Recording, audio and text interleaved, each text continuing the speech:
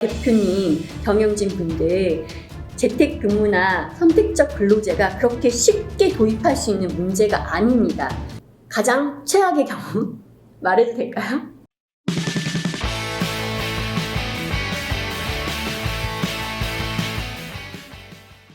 첫 번째, 재택근무. 자, 이건 왜냐? 시작부터 잘못했어요. 우리가 회사에 올 수가 없어졌어 라고 해서 시작한 게 아니라 이제 우리한테 좋은 사람들을 채용할 수 있는 전략의 하나로 그들이 선호하는 출근제로 재택근무를 우리가 채용 홈페이지에 이렇게 나타냈다고 해봐요. 그럼 이건 법적 효력이 있습니다. 물론 되게 작게는 거기 안에 추후 사정에 따라 변경될 수 있습니다라고 돼 있을 수 있겠지만 제 경력에도 나왔다시피 지금 유니콘이 된 회사 안에서도 재택근무인 줄 알았는데 다시 오피스 출근하라고 하니 퇴사를 하겠다라는 사람도 있었고 논란이 있었어요. 그럼 여기서 우리가 먼저 고려해 봐야 하는 것은, 그리고 구성원에게 서로 합의가 돼야 하는 것은 업무의 효율을 높이기 위한 방식으로 재택근무가 나와야 된다라는 거예요. 무슨 얘기냐면 재택근무를 그 회사에 적용하시려면 먼저 각자가 그날 어떤 업무를 해야 되는지에 대한 명확한 수행 과제들이 있어야 될 겁니다.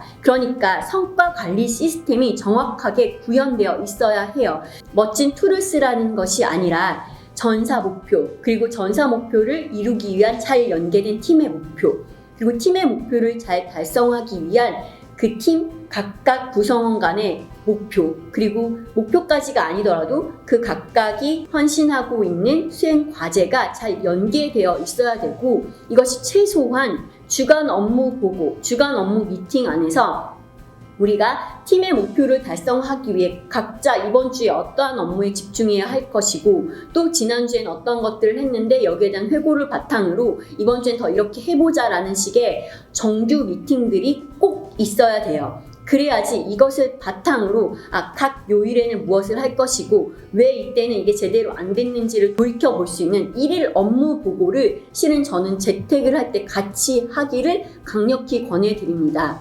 회사에 다닌다는 건 우리가 회사의 성과에 기여하겠다는 거잖아요. 그러면 내가 팀의 성과에 기여하기 위해서, 팀의 목표를 이루기 위해서 내가 이번 주에 하기로 했던 것, 각 요일마다 해야 된다고 내가 했던 것들을 정확하게 지키고 그것을 공유하고 회고하는 것은 당연한 거라는 합의가 있어야 되고, 그것은 여러분이 설득을 해야 되는 입장이라기보다는 당연한 것으로 잘 받아들여질 수 있도록 사전부터 잘 커뮤니케이션 해야 된다라는 거예요. 그리고 또 여기서 너무나 중요한 건 제가 실제로 많이 겪어봤던 건데요. 거기가 어떤 이슈가 터졌을 때 갑자기 재택임에도 야근을 해야 되는 경우가 있을 수 있어요.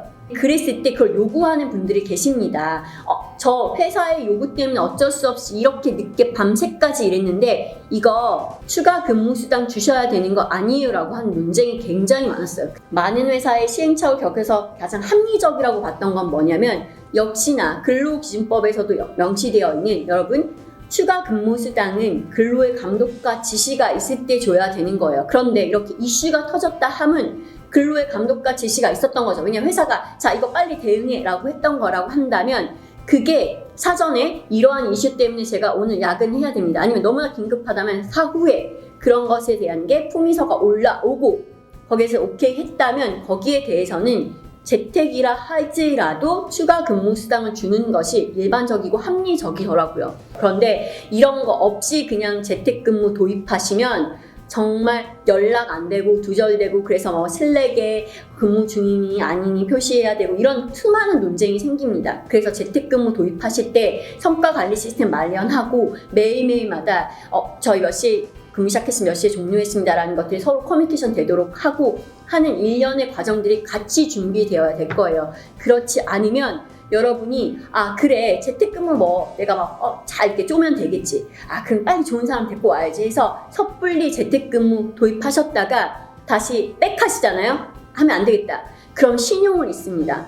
왜냐하면 사람들은 재택근무가 가능하냐 아니냐에 따라서 자기가 선택할 수 있는 회사의 통근이 얼마나 가능하냐에 따라 달라질 수 있는데 거기에 대해서 신용을 잃게 되는 거예요. 그렇게 마음대로 뒤집듯이 스타트업은 언제나 새로운 것들 많이 시도할 수 있긴 하겠지만 제가 항상 말씀드리는 건 인사제도는 그렇게 쉽게 테스트하고 뒤집고 바뀔 수 있는 것들이 아닙니다. 왜냐면 이건 회사의 신용과 관련된 문제이니까요. 그러니까 사전에 이런 부분들을 잘 생각해서 준비해 주시기를 정말 많은 피땀 눈물을 흘려서 경험한 것들 꼭 나누고 싶습니다. 그러니까 꼭 이렇게 따라주시기를, 그래서 여러분의 많은 시행착오를 줄이고 여러분 신용을 높이시길 간절히 바랍니다. 두 번째, 선택적 근로제.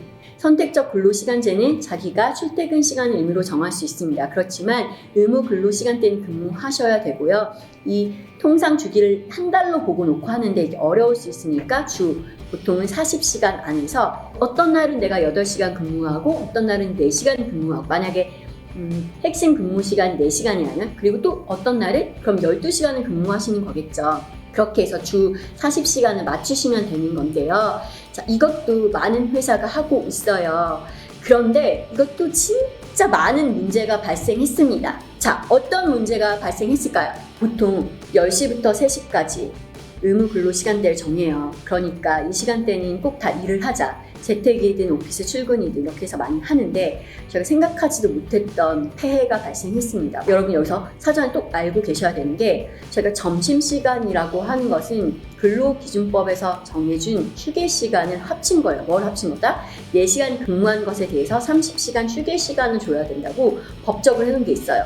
그러니까 우리가 1시간 점심시간이라는 게 사전에 4시간 근무한 거, 그 다음에 4시간 근무할 걸 합쳐가지고 1시간 미리 휴게시간을 준 거예요. 그래서 보통은 12시부터 1시는 거의 다 점심시간이라고 생각을 하기 때문에 10시부터 3시까지 코어타임이라고 한다면 사람들이 이렇게 생각하는 거예요. 1시간은 점심시간을 빼고 그럼 4시간 의무 근무 시간이잖아요. 그럼 이거 내가 반차를 쓸게요.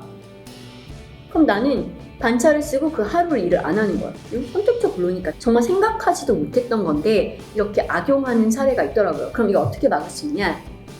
이미 도입을 한 회사라면 실은 의무 근로 시간이 4시간을 넘기면 되겠죠.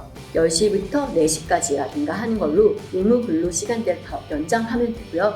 아니면 최초에 도입을 할 때 내가 선택적 근로를 했다면 최소한 이 시간만큼 근무를 하자라는 것들을 사전에 정해 놓으시면 될 것 같아요. 그래서 이 경우가 생각보다 또 많이 있어서 말씀드리는 거고요. 이 의무 근로 시간대에 있어서 막 그 팀마다 다르게 많이 해놓잖아요. 그러면 소통이 안 되는 경우도 너무나 많습니다. 그쵸? 팀의 성격에 따라 우리는 이때부터 할게요 막 하잖아요. 그러면 우리가 협업해야 될 일이 많은데 그럴 때 굉장히 복잡해지더라고요. 그러니까 제가 여러 차례 다양한 회사에서 시도해 봤거든요. 어떤 회사는 팀마다 의무근로 시간제를 좀 다르게 하고, 또 어떤 데는 통합해 보기도 하고, 시간을 짧게 해보기도 하고, 길게 하면 이게 무슨 선택적 근로시간제냐 얘기해서 또 다양한 이슈들이 있었는데, 종합해 보면 최소 4시간 이상의 의무 근로 시간대로 선정하는 것이 중요하다. 그런데 제가 11시에도 해보고 10시도 해봤거든요.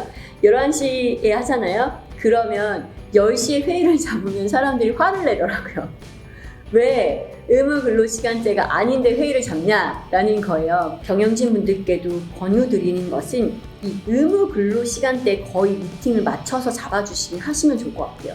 그럼 우리가 집중적으로 본인이 할 시간에 방해받지 않고 더 잘할 수 있긴 하잖아요. 너무나 특별한 케이스라면 당연히 의무 근로 시간대를 벗어난 시간에 미팅을 잡으실 수 있지만, 이거에 대한 것도 오해를 할 수 있기 때문에 사전에 우리는 업무 효율이 우선이고 이때는 어쩔 수 없어 잡았다라고 해서 통보하진 않고 양해를 구하고 동의를 구하는 노력을 조금 더 해주시면 더 많이 배려심이 있는 회사, 그런 경영진으로 그들에게 수용성을 훨씬 더 높일 수 있을 거예요. 그리고 또 하나 더 밝히고 싶었던 거는, 우리가 10시부터 3시까지 한다라고 하면 그 시간만 일을 하는 건 아니잖아요.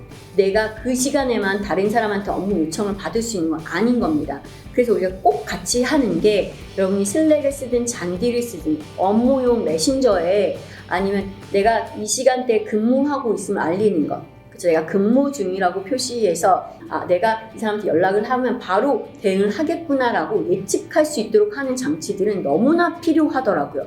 그러니까 대표님, 경영진 분들, 재택근무나 선택적 근로제가 그렇게 쉽게 도입할 수 있는 문제가 아닙니다.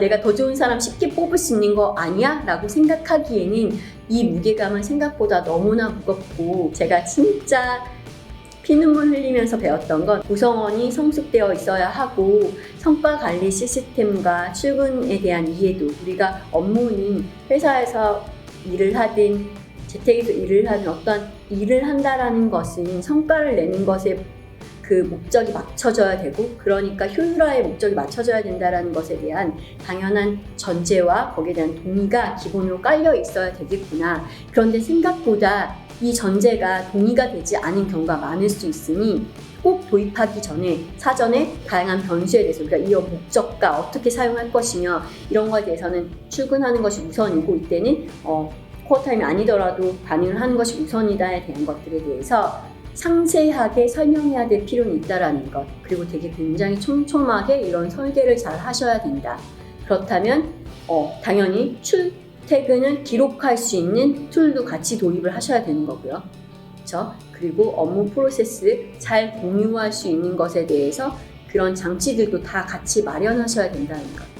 생각보다 훨씬 어렵고 많은 준비가 필요하고 섣불리 했다가 오히려 큰 코 다칠 수 있는 부분이라는 것 꼭 말씀드리고 싶습니다. 이런 다양한 변수들을 고려해서 우리 회사에 최적화된 구성원의 만족도를 높이고 그 사전에 업무 효율을 높일 수 있는 방식이 무엇인지에 대해서 고민이 있으시다면 저희 리드에 문의해 주시면 저희가 또 상세히 같이 협업해 볼 수 있을 것 같습니다. 저희 첫 번째 무료 상담이니까 아래 더보기에서 무료 상담 신청 많이 해주세요. 구독, 좋아요, 알림 설정은 정말 큰 힘이 됩니다. 부탁드려요.